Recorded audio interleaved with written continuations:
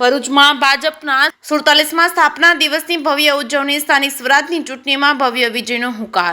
ભારતીય જનતા પાર્ટીના 47મા સ્થાપના દિવસ નિમિત્તે ભરૂચ જિલ્લા ભાજપ દ્વારા વિશેષ ઉજવણીનો કાર્યક્રમનું આયોજન કરવામાં આવ્યું છે। ભરૂચ ડિસ્ટ્રિક્ટ બેંકના સભાખંડ ખાતે યોજેલા કાર્યક્રમમાં જિલ્લાના પાયાના કાર્યકરોથી લઈ મોવડી મંડળના આગેવાનો મોટી સંખ્યામાં ઉપસ્થિત રહ્યા હતા। આ ઉજવણીના અધ્યક્ષ સ્થાનેથી જનક બગદાણા સહિતના અગ્રણીઓએ પક્ષની વિચારધારા અને રાષ્ટ્રવાદના પાયા પર બનેલા આ સંગઠનની સિદ્ધિઓને બિરદાવી હતી। આ કાર્યક્રમમાં વાગરાના ધારાસભ્ય અરુણસિંહ રણા તેમજ નિરલ પટેલ તેમજ મહેન્દ્રસિંહ તેમજ જિલ્લા યુવા પ્રમુખ શક્તિસિંહ પરમાર સહિતના વિવિધ મોરચાના હોદ્દેદારોએ પક્ષના સ્થાપના પર્વની ઉત્સાહભેર વધાવ્યો। કાર્યક્રમ દરમિયાન વક્તાઓએ ભારતીય જનતા પાર્ટીને માત્ર એક રાજકીય પક્ષ નહીં પરંતુ એક પરિવાર અને સુદૃઢ વિચારધારા ગણાવી કાર્યક્રમોમાં નવો જોમ પૂર્યો તો ખાસ કરીને આગામી સમયમાં યોજનારી સ્થાનિક સ્વરાજની ચૂંટણીઓને લક્ષ્યમાં રાખી ધારાસભ્ય અરુણસિંહ રણા અને અન્ય આગેવાનોએ કાર્યકરોને અત્યારથી જ કમર કસવા આહવાન કર્યું હતું। ભરૂચ જિલ્લાની 4 નગરપાલિકાઓ 9 તાલુકા પંચાયતો જિલ્લા પંચાયતની બેઠકો પર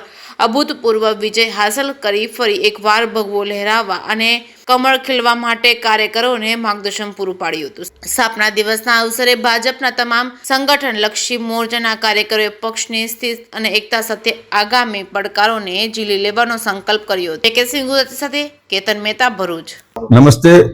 આજે ભારતીય જનતા પાર્ટીનો સ્થાપના દિન છે। 6 એપ્રિલ 1980 ના દિવસે ભારતીય જનતા પાર્ટીની સ્થાપના કરવામાં આવી હતી। સમગ્ર દેશમાં આજે 6 એપ્રિલના દિવસને ભારતીય જનતા પાર્ટીના સ્થાપના દિવસ તરીકે ભારતીય જનતા પાર્ટી વર્ષોથી ઉજવી રહી છે। એના અનુસંધાને આજે ભરૂચ જિલ્લામાં ભારતીય જનતા પાર્ટીના સ્થાપના દિન નિમિત્તે ખૂબ મોટી સંખ્યામાં કાર્યકર્તાઓ આ કાર્યક્રમમાં આવ્યા છે। પ્રદેશમાંથી વક્તા તરીકે મને જવાબદારી સોંપવામાં આવી છે, ત્યારે તમામ કાર્યકર્તાઓને ભારતીય જનતા પાર્ટી સ્થાપના દિન નિમિત્તે સૌને શુભકામના પાઠવું છું।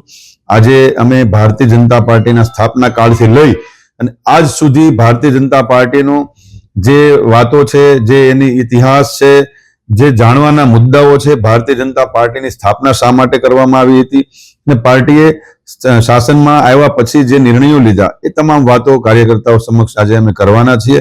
કાર્યકર્તાઓ પણ ખૂબ ઉત્સાહમાં છે।